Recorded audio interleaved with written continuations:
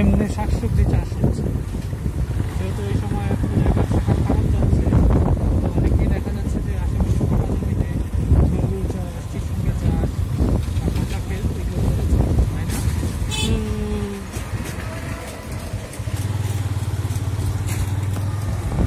গ্রামের পথে এইসব রিক্সা থেকে সাবধান, এগুলো হলো গ্রামের রাস্তার উড়োজাহাজ।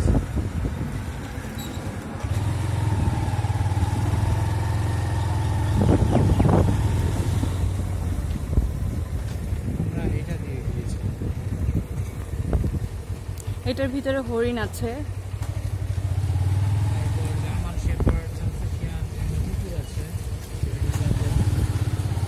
আমরা কি একটু ডানে ঢুকবো? চলো, ওই জায়গাটাও দেখায়, ওইখানে গোলাপ গাছ অনেক। এটা ছিল কি? না না না, সামনে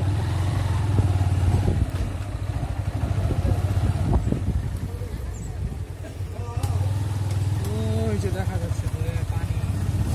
আমরা তখন ওই জায়গাটায় আসছিলাম।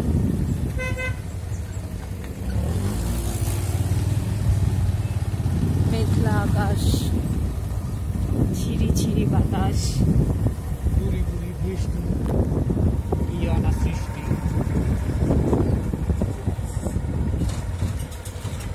এই জায়গাটা বেসিক্যালি লেক আইল্যান্ড ঢাকা নামে একটা প্রতিষ্ঠান, ওই জায়গাটাই হচ্ছে কিনে নিয়েছে।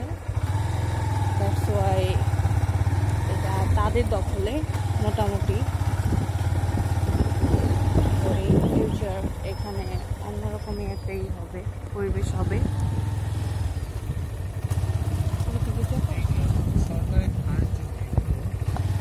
ইজারা নিয়েছে কোম্পানি তো না, চাষিরা, গোলাপ চাষিরা। এখানে আগে গোলাপ বাগান ছিল, এখন আর নাই।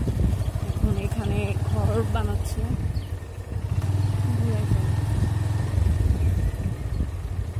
পুরা জমি জুড়ে আগে গোলাপ বাগান ছিল।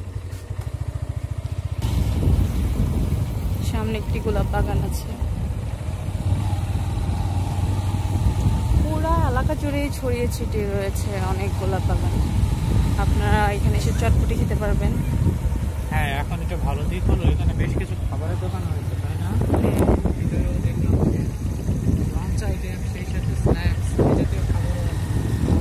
কারণ প্রথম মানুষের একটু ভোগান্তি হতো যে এখানে সে ঘুরতো ঠিকই, কিন্তু খাবারের জন্য কিছুই পেত না। দ্যাটস ওয়াই তাদের কথা চিন্তা করে, এবং এখানকার লোকদের একটা বিজনেসও বলা যায় যেটা তারা করতে পারবে এলাকাটাকে সমৃদ্ধ করার জন্য, যে খাবারের দোকান কিছু দিয়েছে। সো আশা করি এখন আর টেনশন নেই, ইচ্ছা মতো সারাদিন ঘুরে বসে এই এলাকাটায় আপনারা খেয়ে দিয়ে তারপরে বিকেলে ব্যাক করতে পারবেন। আমাদের গোলাপ গ্রামে এরিয়া শেষ, সেখান থেকে আবার সাধারণ এলাকা শুরু। তবে এই যে এখানে যে দুই পাশে পানি, এখানে কিন্তু মাছ ছাড়া হয়েছে, বিভিন্ন রকম মাছ। গ্রামের যুবকরা মিলে, তারপরে কিছু লোক ইজারা নিয়ে বিভিন্ন জায়গায় মাছ ছেড়েছে। কয়েকটা প্রজেক্ট এখানে আছে। এই বিশাল এলাকাটার মধ্যে আমরা হলো 5 থেকে 7 জনের মাছের প্রজেক্ট রয়েছে, এবং এখানে তারা রাত জেগে পাহারা। ওই যে ঘর দেখতে পাচ্ছে, ঘরগুলো কিন্তু ঘরে গিয়েছে। হ্যাঁ, তারপরে ওই যে একটা মাচা, ওই মাচাটা ডুবে গিয়েছে। আর সবচেয়ে মজার যে জিনিসটা এখানটাতে, এই ব্রিজটার উপর দাঁড়ালে খুবই সুন্দর একটা বাতাস, শরীর একদম ঠান্ডা হয়ে যায়। আপনারা গোলাপগ্রাম থেকে একটু সামনের দিকে আসবেন, এখানে একটা ব্রিজ আছে, এই ব্রিজে এসে ছবি তুলতে পারেন। এবং এত সুন্দর বাতাস যে কল্পনা করার মতো না, এবং মাইন্ডই ফ্রেশ হয়ে যাবে। সো এই ব্রিজটাতে অবশ্যই আসবেন, গোলাপগ্রামে এসে মাস্ট বি আসবেন, এটা আমি সাজেস্ট করব। ওই দেখা যাচ্ছে ওই যে ভিতরে ওগুলাতেও গোলাপ বাগান আছে, ওইখানে আপনারা ঘুরে টুরে তারপর বিকালের দিকে এই ব্রিজটার মধ্যে আসবেন। রাস্তাটা দেখিয়ে দিচ্ছি।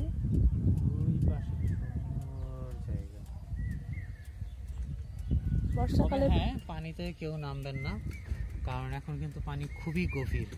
এই জায়গাগুলো কিন্তু খুবই নিচু। এখানে মূলত হলো ধানি জমি, বা অনেকে দেখা যায় যে পশুপালন করে, গরু ছাগল, সেটার জন্য ঘাস লাগায়, তারপর বিভিন্ন সবজি বাগান করে থাকে। এখন সবই প্রায় 10 হাত পানির নিচে।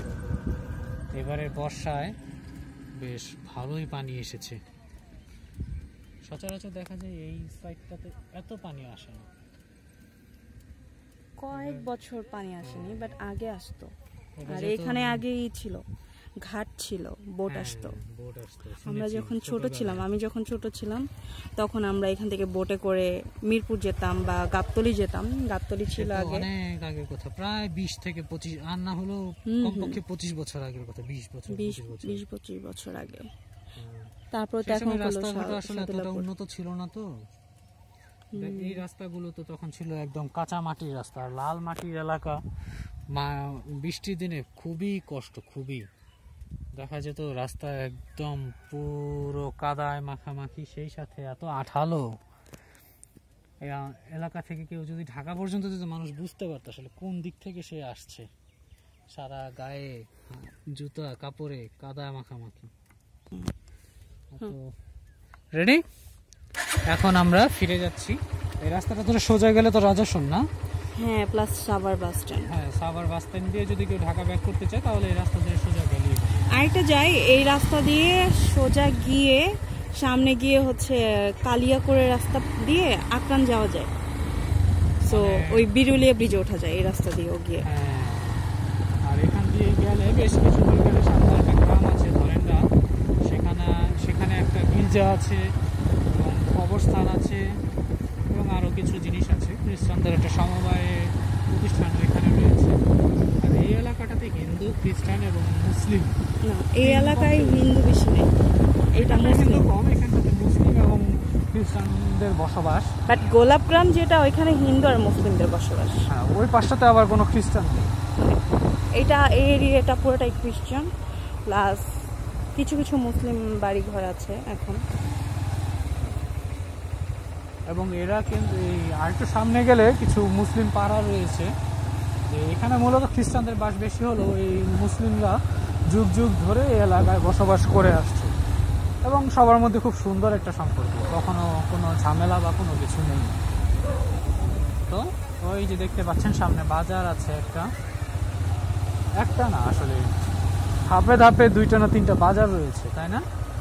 আবার এই রাস্তা দিয়ে অটো চলাচল করে, টেম্পো চলাচল করে, ওগুলো দিয়ে খুব অনায়াসেই আপনারা বাস স্ট্যান্ড। বেসিক্যালি সাভার হয়ে যারা আসবেন তারা টেম্পোতে করে ডিরেক্ট একবারে গোলাপগ্রামে চলে আসতে পারবেন, আর ভাড়া হচ্ছে 20 টাকা।